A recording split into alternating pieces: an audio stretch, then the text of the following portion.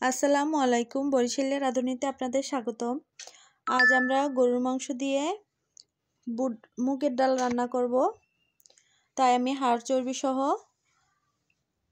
700 গ্রামের মতো মাংস নিয়েছি আর ডাল নিয়েছি 700 গ্রামের মতো। এগুলোকে আমি ছোট ছোট পিস করে কেটে নেব আর ডালটাকে আমি তেলে ভিজিয়ে রাখবো। ডালটাকে আমি টেলে নিচ্ছি, হালকা বাদামি রং হয়ে আসলে এটাকে ভিজিয়ে দেব।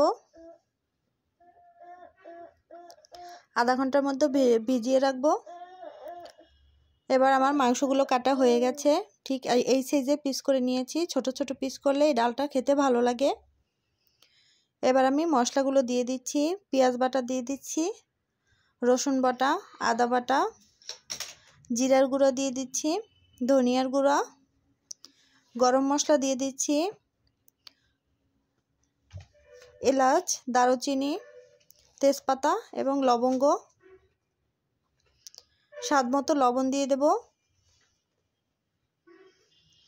এবার হাতে ভালো করে মাখিয়ে নেব আমি। এবার প্রেসার কুকারে তেল দিয়ে মাখা মাংসগুলো দিয়ে দিচ্ছি এবং পাত্রটা ধুয়ে কিছুটা পানি দিয়ে দিচ্ছি। এদিকে আমার ডালটা, ভিজিয়ে রাখা ডালটা ভালো করে ধুয়ে নিয়েছি।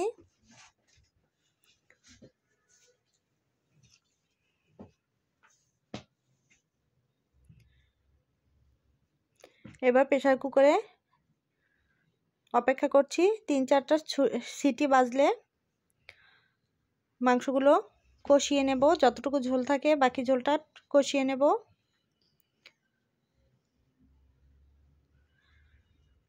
পানিটা শুকিয়ে আসলে আমি ভিজিয়ে রাখা সেই ধুয়ে রাখা ডালগুলো দিয়ে দেব। ডালটা দিয়ে মাংসটাকে আবার কষিয়ে নেব। এরপরে আমি 1 বাটি পরিমাণ পানি দিয়ে দিচ্ছি।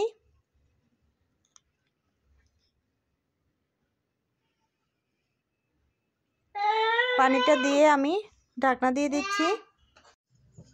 ডালটাকে দিয়ে আমি আবার 2টো ছিটি দিয়ে দেব। এরপর আমি দেখব কীরকম সেদ্ধ হয়ে গেছে। পুরোটা সেদ্ধ হয়ে গেছে ডাল মাংস সহ। এবার আমি ভাজা জিরার গুঁড়ো দিয়ে দেব। তাই জিরার গুঁড়ো টেলে নিচ্ছি।